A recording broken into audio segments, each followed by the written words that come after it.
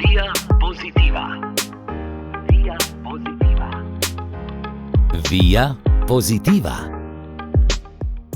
Prijazen pozdrav, drage poslušalke in cenjeni poslušalci, posebej vabljeni tisti, ki radi plešete. Z menoj so trije odlični plesalci. Janez Ožura, Tomaž Zorko in Andrej Kunej. Dobrodošli. Ste plesalci? Ja, smo. Predani plesalci? Kaj pa dobri plesalci? Vse. Trudimo se. Kaj pa zaželjeni plesalci strani plesalk? Ja, to pa sploh, ker plesalcev je vedno manj, tako da zaželjeni vedno. Ja, to slednje je bilo najbolj pritrdilno. Zakaj ples, zakaj plesati? Vi trije se boste tudi povezali. Bomo povedali, kje vas lahko občudujemo v kratkem. Pri folklornih plesih iz 3 različnih folklornih skupin prihajate. Je pa lepo videti, da se povezujete. Zato morda ena osebna izkaznica vsakega posameznika, z katere folklorne skupine prihaja vsak izmed vas, in pa posebnost te skupine. Ja. Gospod Janez? Jaz sem predstavnik folklorne skupine COF. Mi smo začeli pred davnimi 43 leti v okviru kulturnega društva v kliničnem centru kot ena od mnogih sekcij, ki jih ima to društvo. Potem smo pa skozi čas rasli, se širili in na koncu ugotovili, da bi bilo bolje, če bi ustanovili svoje društvo, prav, ko smo se registrirali kot društvo. Noter smo člani, bivši člani, torej mi smo veteranska skupina, prva veteranska skupina, in smo se dobili, potem ko smo ugotovili, da je v nas še zmeraj želja po plesu. Srečevali smo se na raznih koncertih, obletnicah naših skupin bivših in smo potem tako prišli spet skupaj, ne. Potem so se nam pridružili mnogi drugi še in zdaj tako že 43 leto to nadaljujemo. Tomaž, kako bi se vi predstavili? Ja, tako prihajam oziroma sem tudi predsednik veteranske folklorne skupine Bela krizantema, akademske folklorne skupine Študenti iz Maribora. Naša veteranska skupina je v bistvu obstaja, ravno lani je imela 20 let, tako da smo obeležili to z enim večjim koncertom. Seveda so pa se folklorniki in folklornice, naši veterani, v bistvu zdajšnji, bivši plesalci akademske folklorne skupine, večinoma bivši plesalci in plesalke akademske folklorne skupine Študent, ki je ena izmed večjih v Sloveniji in pa edina ali pa največja v Mariboru ter bližnji okolici. Zdaj naša veteranska folklorna skupina Bela krizantema pleše tudi plese različnih oziroma vseh slovenskih pokrajin in pokrajin iz zamejstva slovenskega. Seveda so pa ti veterani, ja še nisem toliko, ne, ampak imamo kar starejše pri nas, plesali tudi plese iz nekdanje bivše države, tako da poznajo plesne korake, rečemo, vseh teh, plesov bivše države. Predvsem pa seveda zdaj v 20 letih pa smo naredili ogromno nekih koreografij in pa plesov ter predstavljali naše društvo širom po Sloveniji. Andrej, ne tako dolgo nazaj smo se z vami že pogovarjali o folklori, pa vendarle, za tiste, ki takrat niso spremljali najinega pogovora, predstavite se še vi. Ja, najprej lep pozdrav. Prihajam iz Železničarsko-kulturno-umetniškega društva Tine Rožanc. Smo sekcija veteranov v tem društvu. Lani smo praznovali 30-letnico veteranske skupine in moram priznati, da je bil ta nastop zelo dobro sprejet in tudi vsebinsko zelo dobro zasnovan, tako da smo zelo ponosni na to, kar smo predstavili. Predvsem pa, da poudarjamo to, da veterani nismo neki, kar bi v plesu nekako iskali čas, ki ki ga zapravimo zato, da nam čas mine, ampak zato, da pokažemo tudi mladim in vsem ostalim, da smo še vedno sposobni ustvarjati in stvari poudarjati na način, ki mogoče mlajši rod tega niti ne zazna ali pa jim mogoče ne pomeni toliko, kakor nam veteranom, ki smo že določene stvari v bistvu preplesali in iščemo globje stvari, vsebinske stvari, ki izginjajo, ki mogoče niso samo lokalnega pomena, ampak tudi državnotvornega pomena, ker pomeni, da plese, ki jih predstavljajo tudi ljudi, ki živijo izven meja, ljudi, ki so mogoče zapostavljeni in s tem jim dajemo nekako vrednost, da so, da vemo, da jim dajemo neko možnost, da tudi oni na nek način skozi te naše predstavitve oziroma povabila na naše nastope dobijo to vrednost, da obstajajo, da jih nekdo opazi, da ve, da so. Vrednost folklornega plesa se zagotovo potrdi z znanjem, s poznavanjem tovrstnega plesa. Če tako zelo oddaleč pogledamo, smo lahko kritični, zelo pristranski do folklornega plesa in je res škoda na nacionalnem nivoju, velika škoda, če tega znanja ne prenesemo, odnosa, te vrednote do folklornega plesa. To sem zaznala zdaj nekje v vaši razlagi, gospod Andrej. To je ta globina, na nek način pa bi kar zaokrožila to misel. Gospod Janez, kaj bi vi dodali? Prenos, vrednoto, vrednost folklornega plesa, kot rečeno, kot rečemo za narodno zabavno glasbo, da je to goveja muzika, zelo slabšalno. Podobno bi tudi o folklornem plesu lahko rekli, to je pa res enostavno, malce se vrtimo, ampak kdor se tega plesa loti, se šele takrat zave kakovosti in zahtevnosti, tudi kondicijske, pa neverjetne koordinacije, usklajevanja, skratka so kar zahtevne reči, če seveda vzameš stvar resno. Ja, seveda, folklora oziroma folklorni plesi, to je pač del naše kulture, ki so se pač izoblikovali pod vplivom tujih vplivov oziroma vsakosortnih vplivov. Se že potem vidi, da imamo recimo 3 regije, take velike, Alpsko, Primorsko, Panonsko, in smo vsrkali z tega področja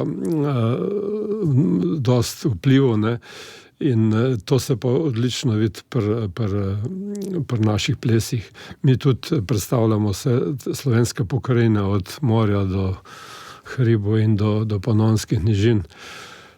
Tako da se moramo pripraviti kar dobro, da pač duh tistega področja prav pokažemo. Treba kar dosti trenirati, če hočeš neki na oder predstaviti, hoditi na vaje. Plus tega pa za našo generacijo, ki smo starejši, je ples v bistvu najboljša rekreacija, zato ker ohranjamo fizično kondicijo. Mi recimo 2-krat na teden imamo vaje, po 2 uri, in tako kar intenzivno. Potem ohranjamo socialne stike, ki jih mnogi ki so starejši, nimajo več, ampak v okviru takšnega društva oziroma skupine jih lepo smo povezani krasno. Plus tega moramo pa trenirati, da si čim več zapomnimo, da ne pozabimo. Tako da to je pač folklora, del naše, ne vem, kako bi rekel, kultura itak, Tako da se mi zdi, da je premalo v našem tem prostoru premalo poudarka, zato nikdar se zelo malo se tega opaziti tudi na televiziji in tako naprej. Upamo, da se bo to tudi spremenilo v kratkem. Tomaž, tudi vi nadaljujte ali samo dopolnite misel izrečenih Janeza in Andreja, pa ne morem mimo, najprej za uvod. Ste rekli kot apostoli, Tomaž, Andrej, Janez. Ja, lepo, simpatično. Seveda še kakšen manjka. Kako bi, Tomaž, vi, nadaljevali to misel? Zdaj, lepo ste dali tole istočnico, ne, oziroma povezali tole misel, da folklora v bistvu se mora nekako kot tradicija v bistvu nadaljevati iz roda v rod.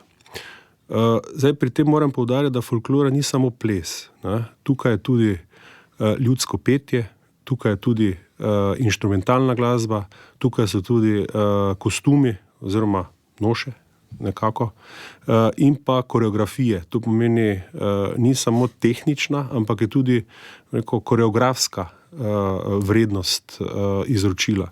Vseh teh nekaj elementov je treba v bistvu združiti, da pride potem en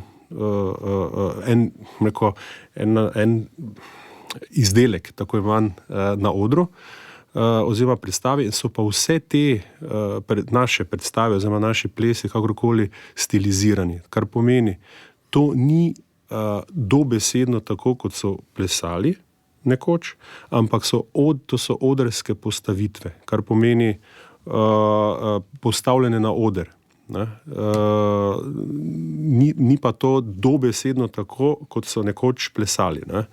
Nekje na vasi ali pa v nekem kraju, na nekem območju. Zdaj, ta listočnica, da se vrnem na tole na začetku, nekako ohranjanja naše kulturne dediščine oziroma folklorne dediščine iz roda v rod, lahko rečem tudi pri naši skupini, akademski folklorni skupini Študent, imamo otroško, imamo mladinsko, imamo 3 odrasle skupine in pa 1 oziroma 2 veteranski skupini. Eno manj delujoče, eno pa skozi delujoče, to pomeni, da bela krizna tema, enkrat na teden imamo vaje in tako, kot je Janez povedal, odlična zadeva za krepljenje fizične kondicije, za krepljenje socialne povezanosti in pa seveda vzora za vse te mlade, ki jih imamo za sabo. To pa je zelo, zelo pomembno. Iz mladinske oziroma otroške mladinske skupine dobivamo člane in članice v 3 odrasle skupine, seveda tudi študente, ki prihajajo potem v same skupine tekom leta, in pa potem seveda z leti, pa tudi po dolgih letih, pa tudi veterani. Tako da zelo, zelo pomembno, in zdi se mi, da bi morala imeti vsaka večja skupina nekako tak ustroj, da v bistvu se ta tradicija nadaljuje. Veteranske skupine, 2 iz Ljubljane, 1 iz Maribora, potem tudi časovnica je prav zanimiva, 40, nekaj več, 30, 20, tako. Dobro ste se prepletli, zakaj prav te 3 veteranske folklorne skupine? COF Ljubljana, veteranska folklorna skupina Bela krizantema, akademske folklorne skupine Študent Maribor, pa skupine Tine Rožanc Ljubljana. Torej, zakaj prav vi 3? Je kje kakšen razlog? Zakaj? No, kje? Velik razlog je tako, da v bistvu ponovadi so starejši vzor mlajšim. V tem primeru so nam bili pa mlajši vzor. Vse te 3 iste skupine, se pravi France Marold, osrednja skupina, Študent Maribor, osrednja skupina, in Tine Rožanc, osrednja skupina, imajo popolnoma isto prireditev, ples 3, ampak ne pri tleh. Mi smo pa veterani in nas vedno malo zbadajo, da ne poskakujemo dovolj visok. Zato smo dali naslov našem srečanju ples 3 pri tleh. In popolnoma iste 3 skupine od osrednjih pri veteranih ponavljamo to zadevo.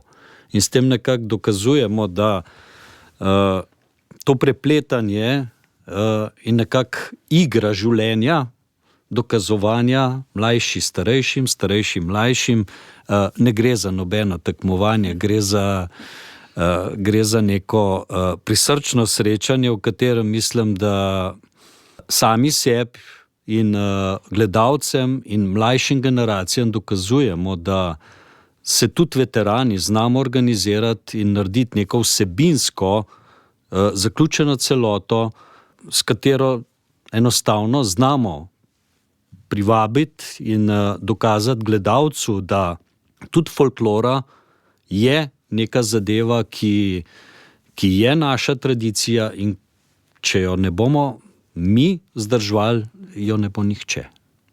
Kaj to pomeni? Ples treh prtleh 7. marca v Mariboru bo ta skupni koncert treh veteranskih folklornih skupin. Me zanima, kako ste se lotili tega, ves ta umetniški izraz, izbor plesa, posebna koreografija. Kako velik izziv ste si zadali? Ali ste preprosto vedeli, znamo plesati, marsikaj znamo odplesati, bomo izbrali tisto, v čemer smo najboljši? Verjetno ni šlo tako enostavno. Ne, v bistvu, oziroma šlo je enostavno, ampak šlo je enostavno že lani, ker smo imeli prvi tak koncert v Antonovem domu na Viču v Ljubljani in takrat smo res navdušili v bistvu vso publiko, ki je bilo, dvorana je bila nabito polna in za tisto energijo, ki smo jo dali iz odra, pa tudi publika, ki nam je dala nazaj, je bilo čudovito. Tako da super. Ja, vsi na nogah. Tako, in to smo želeli, oziroma bomo ponovili letos v Mariboru. Smo rekli, zdaj bomo pa mi organizirali, mi nosilci tega, vse organiziramo tako ali tako skupaj. Se dogovarjamo, tako da je to zelo odprto, ampak smo rekli, dajmo spremeniti kraj in smo povabili naše prijatelje v bistvu v Maribor. Pa je zavzetost podobna, ta predanost folklornemu plesu, Maribor, Ljubljana. Torej, to sta res dva največja središča naše države. Kakšna je ta dinamika odnosa do folklornega plesa v teh dveh mestih?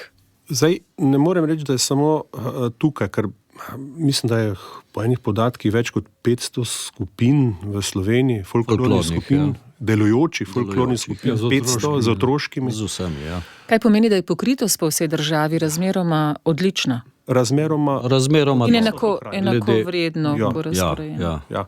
Zdaj, odvisno pač, kje je kakšna podpora. Seveda, zelo dosti pomeni financiranje takšne skupine. V nekaterih občinah so seveda zelo odprti, v nekaterih manjših občinah predvsem. Govorim predvsem iz našega na štajerskem področju. Zdaj, drugot je verjetno v manjših občinah isto, v večjih občinah pa je verjetno več problema za financiranje folklorne dejavnosti, pa ne samo strani občine, ampak tudi strani države oziroma podpore. Ja, pri državi je večno problem, tako da večina stvari, ki si jih pač skupine organizirajo, je na plečih samih skupin. Posameznikov, ja.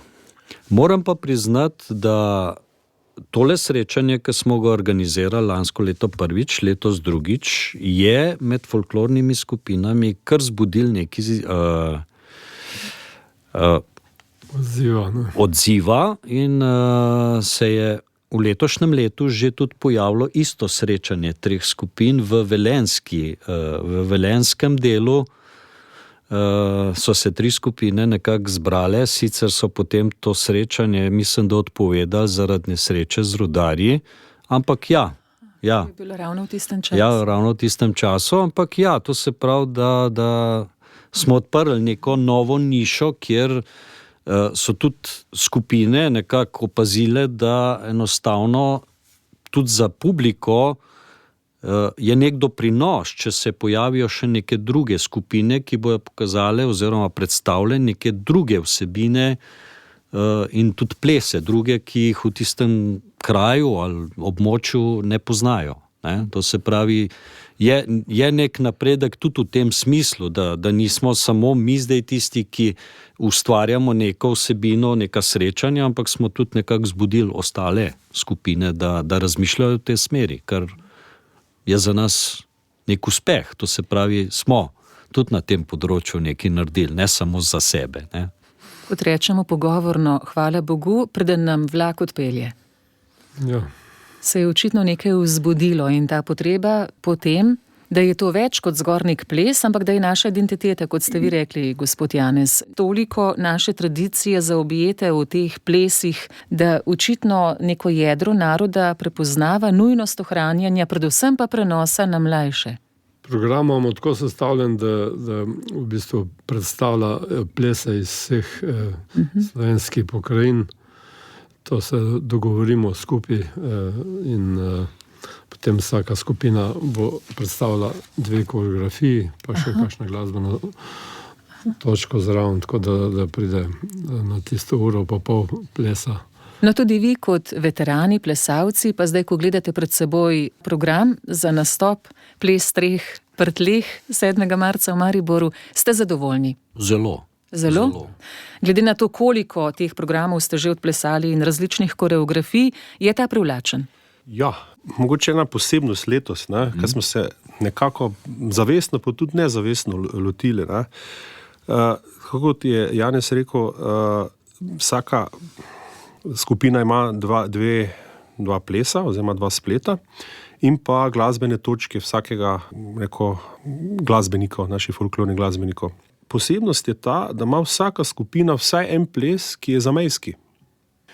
Vsaj en ples od vsake je zamejski. To je zanimivo. Ni bilo naključje. Mi smo nekako tako tudi dogovorili, da bomo programsko malo vpeljali to, eno nekako novost, da bo mene kot neko rdečo nit. Ampak vseeno, naši zamejci, seveda,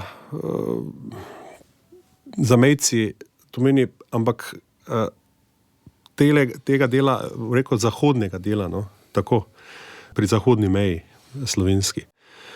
Čudoviti plesi, čudovite, tudi melodije, koraki, mogoče lahko gremo malo kasneje v podrobnost, ampak vseeno nekaj, kar ne vidiš vsak dan. Pojdimo v te podrobnosti, če sploh lahko opisujemo korake. Verjetno bodo tudi vas zasrbele pete, da bi jih prikazali zdaj tu, da bi mi jih odplesali, ampak seveda imamo mikrofon, besede so naša moč, jih bo treba kar opisati. Nekaj o tej lepoti teh plesnih korakov, lahko tudi zamejskih plesov. No, torej, mi bomo med drugim predstavili plese iz Rezija. To je ena čudežna dežela na oni strani Kanina. To v bistvu to so plesi, ki še zmeraj živijo. Oni še zmeraj tako plešajo, ker so ostali plesi so v bistvu že izumrli in se prenašajo samo preko teh naših skupin, ki ohranjamo tradicijo. V Reziji pa še zmeraj plešajo. Če vi prijete na tiste velike praznike na Šmarno mišo, to je 15. avgusta, ali pa zapusta, takrat oni plešajo tudi do zjutraj. To je posebna glasba, torej glasbenike imajo citiro, to je violina, pa bunkulo, mali bas, zelo tipična glasba, ne najdeš nikjer. Tudi plesi so zelo specifični. Pleše plesalca se ne držita, ampak vsak zase plešeta. Lahko plešejo plešeta dve ženski, dva moška ali 4, poljubna, koliko se dobijo. Tako da je za publiko je to zelo zanimivo. Ja, zanimivo za videti. No in to se bo dogajalo zagotovo tudi ob letošnjem pustu. Kdor ima takrat čas, je še brez ideje. Skupina smo šli že večkrat dol ob teh praznikih njihovih. Jaz sem bil prvič, ko sem bil še član Marolta, nas je Mirko Romovš pelil, ko smo bili na enem festivalu, tam bliz nas je pelil gor in to je bilo še pred potresom v Reziji, je šel iskat enega citiraša in čim so ostali v vasi slišali to glasbo, tako je bila množica tistih voščanov tam in so kar začeli plesati. Neverjetno, smo bili navdušeni takrat. Kako lepo bi bilo, če bi lahko takšne prizore mi doživeli v tem trenutku, ne v tej realnosti. To bi bilo res dobro, na nek način zdravilo za družbo. Res. Zato se trudimo s takimi srečanji, da nekako torej prebudite tega spečega plesalca. Tako. Pa da ljudi zbudimo, da to vse, kar mislijo, da je v Reziji, na Primorskem, v Prekmurju, da so to pravljice. To je resničnost. Ta stvar med ljudmi, če se premaknemo v te pokrajine, še vedno živi. Tako kot je Janez rekel, v Reziji živi. Tudi na Primorskem živi. Dolina pri Trstu. Ljudje živijo. Imajo majenco. Praznik, ki ga mi jemljamo kot postavimo mlaj in smo, pri njih je to praznik. V Prekmurju so praznik, ljudje to živijo kot svoj vsak dan. Mi pa pač žal oziroma na veselje, da tako rečem, te običaje skušamo ljudem predstaviti na odru in jih nekako prepričati, da to ni neka prispodoba, ampak da je to realnost. Je prav to, kar zdaj razlagate, Andrej, najtrši oreh pri teh naših predstavah, kaj je folklorni ples?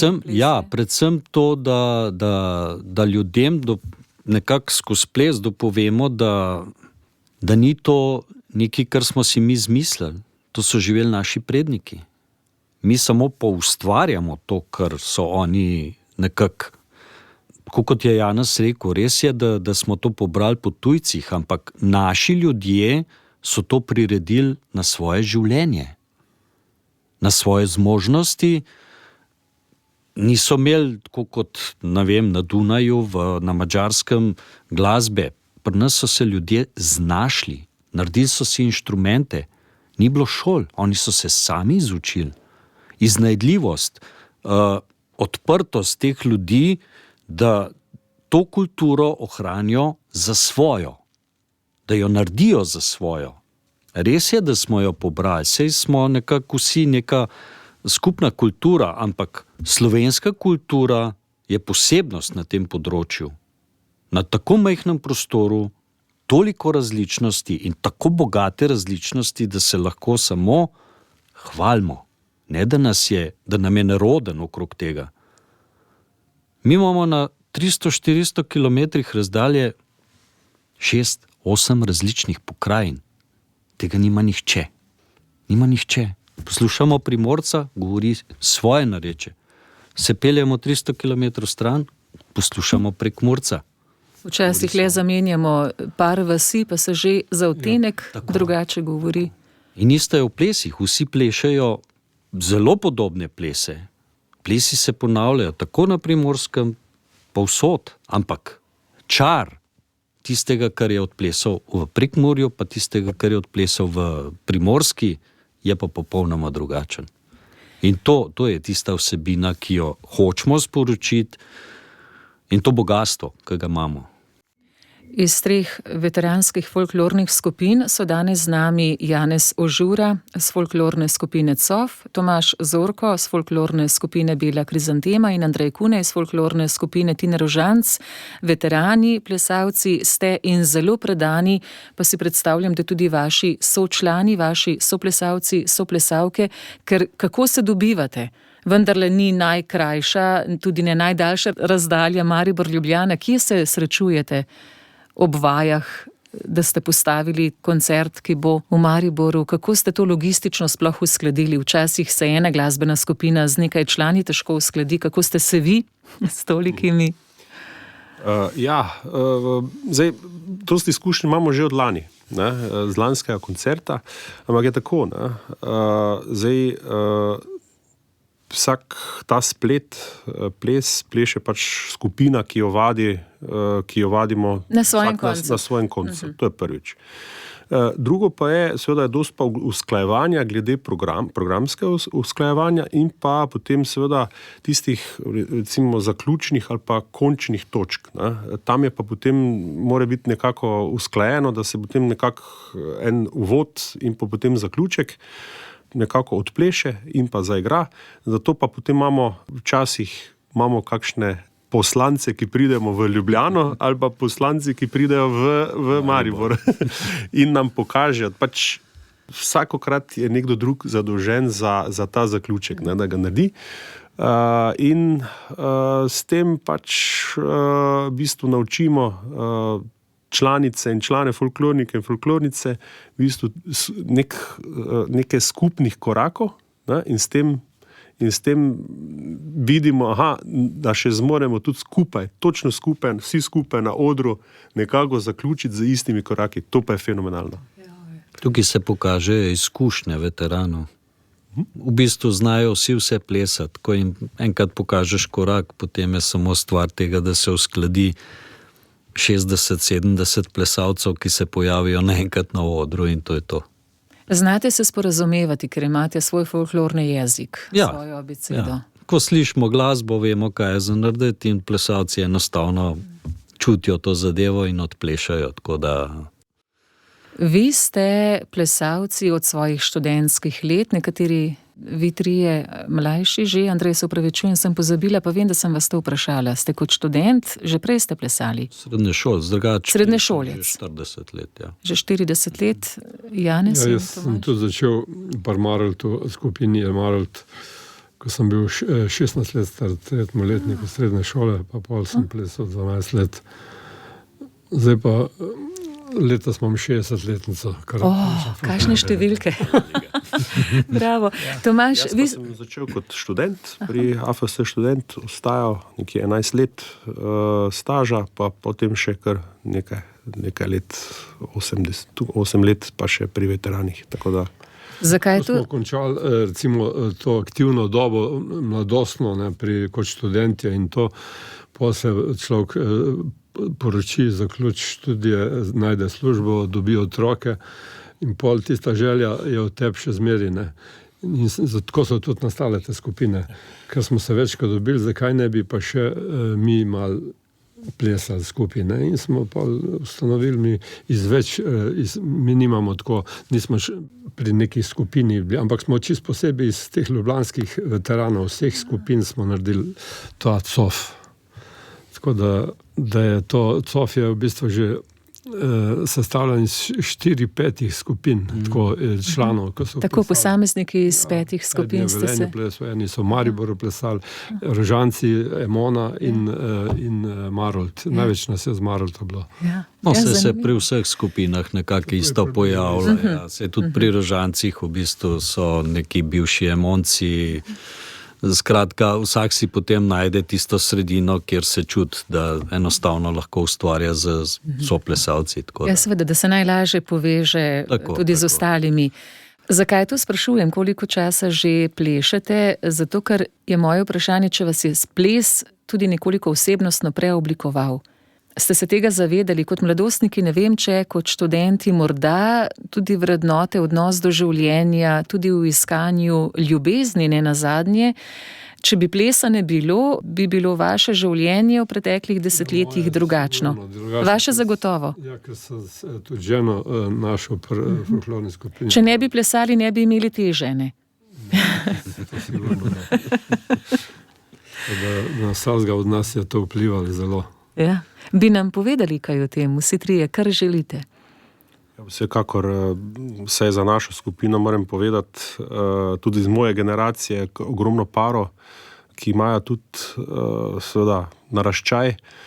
Moram povedati tudi, da tile naraščaj je tudi navdušen za folklor, tako da tudi moj sin, ki je sedaj postal predsednik folklorne skupine AFS študent, in pa tudi ostali glasbeniki, recimo teh naših folkloristov in pa glasbenikov, ki so prišli skupaj, oziroma si ustvarili družine, so tudi njihovi otroci zavzeti folkloristi, folkloristke in pa glasbenice, glasbeniki pri naši skupini.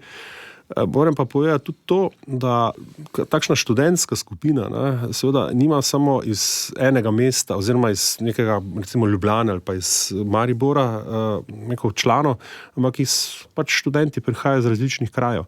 In kar je dobro, odnesejo potem ne samo spomine, ampak tudi znanje, folklorno, tudi v svoje kraje. In tam ogromno je ljudi, ki potem vodijo, oziroma plešejo, ali pa tudi celo vodijo, ali pa ko repetirajo skupine izven teh središč. In to je čudovito, da to znanje gre naprej. Ne ostaja samo v enem kraju, ne ostaja samo v središču nekih večjih centrih mestnih, ampak gre naprej. In seveda kvaliteta in tako dalje, v bistvu se tudi s tem povečuje neko kvaliteta izobraževanja in pa dajanja potem teh folklornih informacij tudi na v drugih krajih. To ste dobro izpostavili, Tomaž, ker študentske folklorne skupine so zelo kakovostne. In vi se naučite plesati na zelo visokem nivoju in tega ste usvojili in tudi pozneje kot veterani ga želite dosegati. Vse je seveda tudi odvisno dosti od fizične kondicije, od psihološke pripravljenosti, kakorkoli, tako pri športu, pri kulturi isto, tudi pri folklori, tako kot je Janez rekel, ohranjati fizično kondicijo, socialne te kompetence, oziroma tole je zelo, zelo pomembno. In seveda, če imaš to že iz dijaških ali pa iz študentskih časov, ti to ostane v bistvu za vse življenje. Vprašali ste me, kaj je še takega pri folklorju. Recimo mene osebno, kako je vam življenje spremenilo? Dobro, ne toliko, da bi jaz moje žene nisem spoznal pri folklori, ampak vseeno ohranjaš prijateljstvo, ohranjaš prijateljstvo z folkloristkami za celo življenje.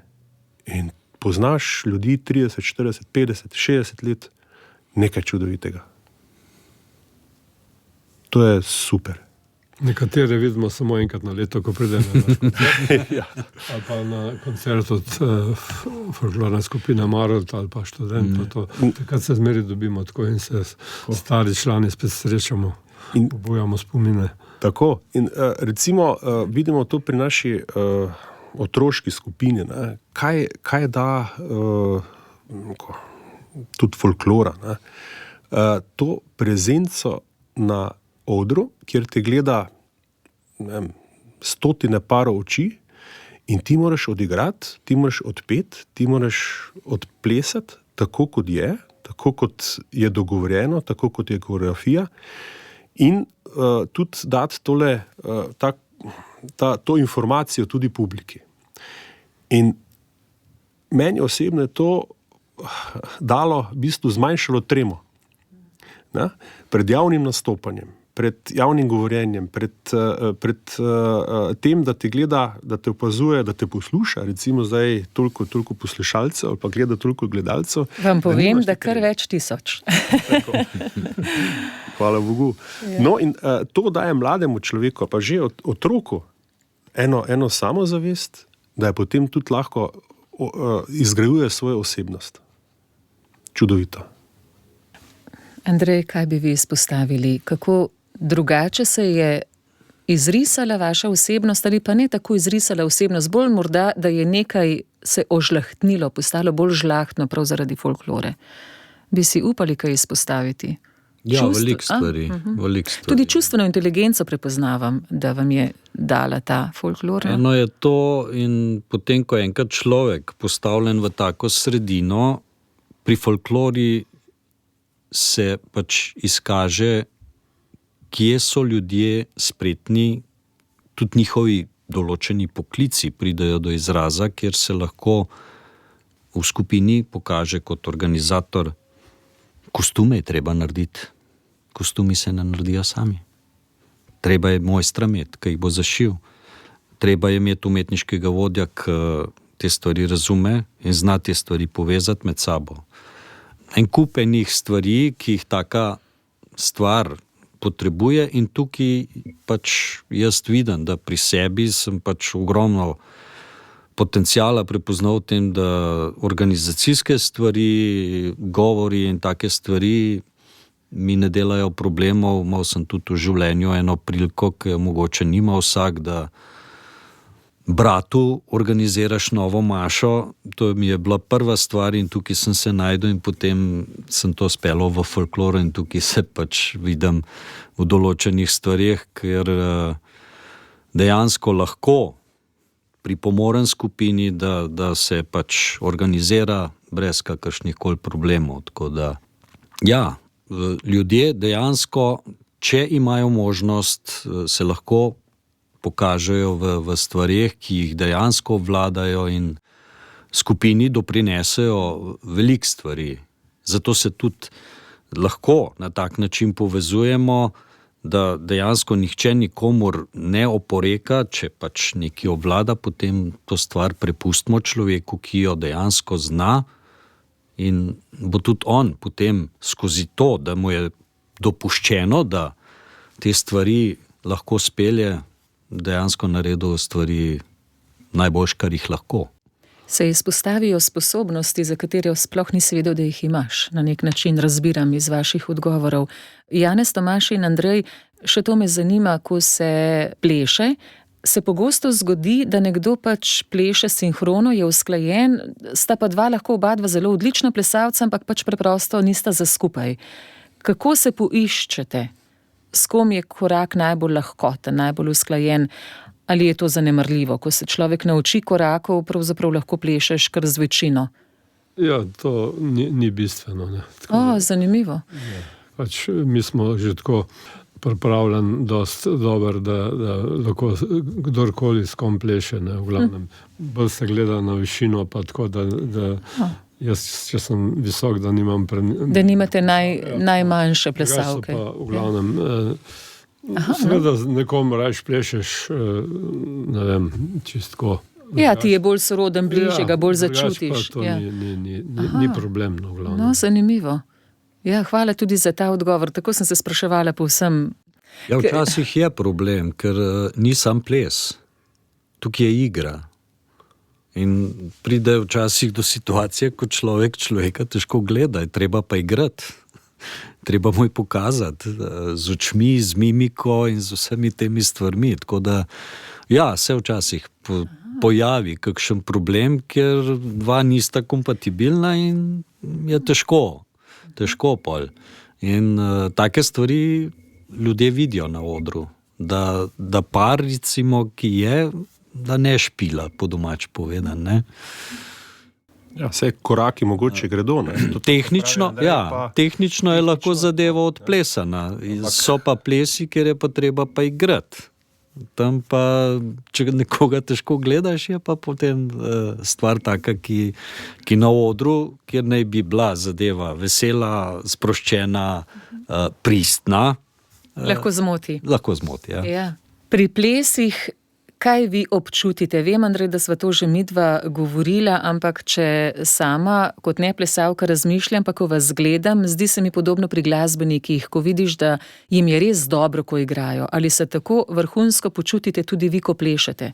Dejansko kot poezija, vi letite, ste na tlemi. Kakšni so ti vzneseni občutki, da sploh vsega ostalega ne omenjamo, torej socializacije, skrbi za zdravje, za kondicijo in sploh, kar smo najbolj poudarili, za ohranjanje avtentičnosti našega naroda. Ples res pooseblja stoletje naše kulture, skozi ples se je gradila, to je najbolj strnjena na nek način, ampak ta občutja zelo osebna me zanimajo. Kaj doživljate, ko plešete? Bi lahko rekli, takrat sem najbolj srečen na nek način. Ja, jaz zelo uživam, ko plešem, seveda drugače ne bi bil tukaj, ne. In imate nasmeh? Ja, to ni glih, nisem glih tak človek, da bi se skozi smejal, ampak zelo uživam, no, v glavnem. Ples je ena taka elementarna oblika izražanja umetniškega, tudi v bistvu za ples tudi ne rabiš nič glasben, lahko plešeš kar samo sebe, če si vesel, pa to pa plešeš od veselja, ne. Tukaj pač organizirano plešemo, ne. Ampak jaz osebno zelo pač uživam, ko plešem. Pa Tomaž? Ja, vsekakor. To, kaj daje neko folklora, ne, oziroma folklorna predstava v bistvu tudi publiki, ne, da tudi daje to sporočilnost, ki je to, kot sem omenil, ne samo v korakih, ne samo v glasbi, tudi v petju, tudi v neko recitiranju, deklamiranju, ki pridejo pri določenih koreografijah. To je tisto čudovito, to je tisto zelo elementarno, kaj lahko daš kot neko kulturnik ali pa kot neke vrste folklornik, umetnik publiki. In to je tudi neko eno zadovoljstvo, ne, da to daješ od sebe, ne samo prijemaš tisti seveda aplavz, ampak da te občutke tudi daješ in jih posreduješ publiki. Ali v otroške folklorne skupine vpisujejo predvsem veterani folkloristi oziroma aktivni folklorni plesalci? Kaj bi rekli? Zdaj skušam navdušiti, da bi poiskali, tako kot za skavte, tabornike in podobne zelo dobre organizacije, ki vzgajajo, izobražujejo širše, skušam navdušiti ljudi, tiste, ki so zdaj z nami in se jim zdi vredno to prenesti naprej na svoje, če sami niso plesalci. Kaj jih spodbudi, da poiščajo v svojem okolju folklorno skupino in vanjo vpišajo, vključijo svojega otroka, ker res so simpatični, ko gledaš te majhne otroke, pa že tam zaznaš te prvine, ki ste jih vi zdaj izpostavili, kako hitro otroci začutijo vse to, kar ste vi opisovali, no? Neko odgovornost, predanost, zelo hitro to začutijo, ko plešajo. Ja, pri otrocih je to zelo, zelo hitro. V Sloveniji je okrog 500 folklornih skupin, seveda ogromno otroških. Te otroške folklorne skupine so večinoma po osnovnih šolah. Ko nekako otroci pridejo do nekako 7., 8., 9. razreda, pač potem ali nekateri nehajo, ampak tistele od prve triade dalje, pa se kar udeležujejo. Tomaž, oprostite, vi ste iz pedagoške sfere? Ne, nisem. Vem pa, poznam pa to v našem kraju, recimo osebno. Jaz prihajam iz Frama pri Mariboru in v naši osnovni šoli sta dve celo skupini otroški, skupaj več kot 40 otrok pri nekje 450 v celi šoli. Tako da nekako, pa tudi po drugih mariborskih šolah, bom rekel, ali pa okoliških osnovnih šolah je ogromno folklornih skupin. Torej, otroške folklorne skupine so zelo zavzete in veliko jih je. Potem v srednji šoli, ali pa ko pridejo v srednje ali pa gimnazije, pač dijaki nekako pač jih zanima kaj drugega, tudi. Takšno obdobje razvoja. Tako. Ampak vseeno, pri naši akademski folklorni skupini Študent pa se tudi tukaj nadaljuje. To pomeni, da iz te otroške skupine imamo mladinsko skupino, ki pa so otroci tam od 10 plus pa vse do 16. 17. leta. Teh pa ni prav veliko. Po mojem vedenju ne. Ne vem, vse za mariborsko regijo. Seveda so pač takšni, v kakšni okoliških skupinah, oziroma v skupinah v okolici mesta, ampak v samem Mariboru mislim, da ne. Zdaj, ko ste vprašali, kako jih lahko navdušijo, recimo starši, naj jih pripeljejo na kakšno predstavo folklorno. Naj jih pripeljejo pogledati recimo druge otroke, kako plešejo, ali pa mladince, ali pa študente, ali pa tudi nas veterane, seveda. Ker otroke, če jih pustiš pri miru, hitro nekaj vzdigne in se gibljajo in plešajo in skačajo, težko so pri miru. Ta gib je v otroku samem. Ampak ravno s tem, tudi to socializacijo, ki jo imamo vsi do konca življenja. Saj to, nekoga objeti, nekoga prijeti za roko, kaj to pomeni otroku za naprej, za življenje? Ogromno. Moram povedati, da imamo mi tudi kar nekaj teh animacij za osnovne šole. Tudi mi, veterani, včasih skočimo in nekako poučujemo te elementarne folklorne korake tudi recimo mlajšim. In vam povem, da otroci so neverjetno zavzeti. Neverjetno. Ti mali, prvi, drugi, tretji razred, in seveda, ko pa vidijo mogoče malo starejšega, to pa ki ni učiteljica, učitelj, tega pa je treba poslušati. Temu je pa treba prisluhniti. Ta pa nekaj ve, ta pa nekaj drugače povedal kot naša učiteljica. Pa bomo. In je mir. Smo speljali, tako da. In kljub temu, da je to mogoče 100 otrok, poslušajo. Ja. Kaj pa njihov odnos do nož? Ko smo prej poudarjali, da folklor ni samo ples. Tukaj so še recimo tudi pričeske, predvsem pri ženskah. Vezava, spletanje las, rute, pokrivala in tako dalje, ki so del seveda kostumov, ampak tudi to je del podobe, celotne podobe enega folkloristka ali pa folklornice. Tako da ni samo en vidik, tu je kar nekaj povezanih. Folkloristi imamo en velik privilegij, ki se ga mogoče včasih ne zavedamo čisto dobro. Simfonični orkester igra, baletniki plešejo. Mi imamo glasbeno spremljavo, ki je živa. Imamo ples, ki je tudi še živ, tako kot smo prej povedali v uvodu. Imamo oblačila, to se pravi vsaj 3 stvari, s katerimi se lahko predstavimo.